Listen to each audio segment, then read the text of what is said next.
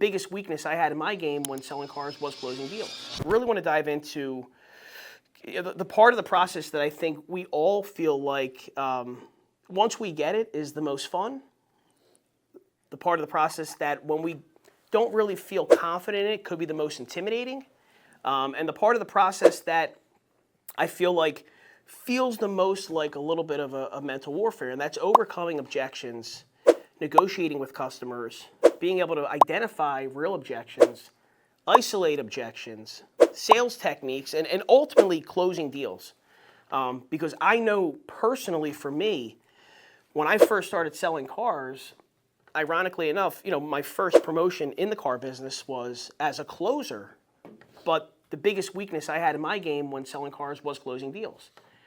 I didn't, and I kind of went over this last time, I really didn't understand how to take the customer from the building trust and rapport stage, building trust and rapport, positioning myself as their friend, letting them know that I'm their trusted advisor, that I'm there for them, and then being able to flip that switch and then close them without feeling like I was being fraudulent the whole time.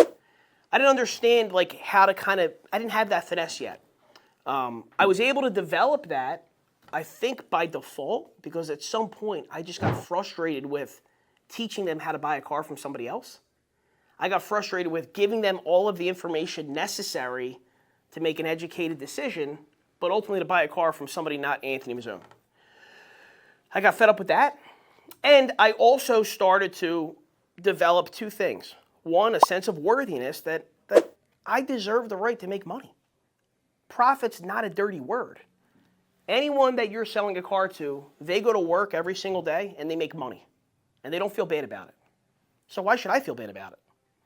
I also developed confidence, and there's a few ways to develop confidence. I haven't found one better than knowledge. Experience is good, but even experienced salespeople aren't always the most confident.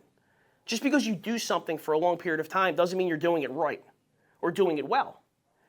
So knowledge will lead to confidence, and ultimately that confidence will have you feeling like I spent a lot of time dedicated to my craft.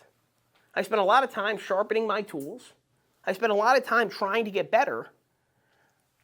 I don't want to have this person go buy from the guy down the street or the girl down the street. So the uncomfortable part when you first start selling cars a lot of times is that face-to-face negotiation, because we're tribal beings, we're communal beings, we're hardwired to not want to be rejected. We just don't want to be. We want to be of value to our tribe, right? That's how we've evolved as a species. So it doesn't feel good to be rejected. It's the complete opposite of what we want. And I can think of salespeople that I've brought on and trained over the years who they were so worked up and nervous and afraid of having to get to the close that I almost feel like they self-sabotage themselves not to get there. Like they almost wanted the customer to leave and give them a call when they were ready than to have to get into the close and try to get them to be ready.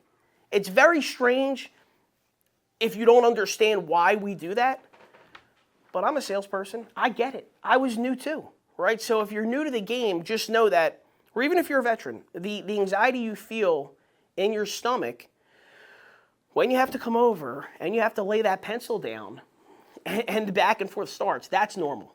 That's normal. You'd have to be a sociopath for that not to give you some butterflies. It still does it for me today. And the butterflies, though, I look at it a little bit differently now, and I think we spoke about this either last time I was here, or maybe you've heard me say it before on social media, that physiologically, your body has the same response when you're nervous and when you're excited. The same things happen to you from a physiological standpoint, right? You get the butterflies in your stomach. Your voice, gets a little coarse. You can't speak as clearly. Cognitively, you're a little bit off. Your legs get heavy. Your heart starts racing. Palms get sweaty. Changing cortisol levels. It's literally the same thing. So whenever I feel like I'm nervous, I just tell myself, oh no, I'm just excited. And it really changes it for me, and just try that little trick when you go into, presenting numbers to your customer.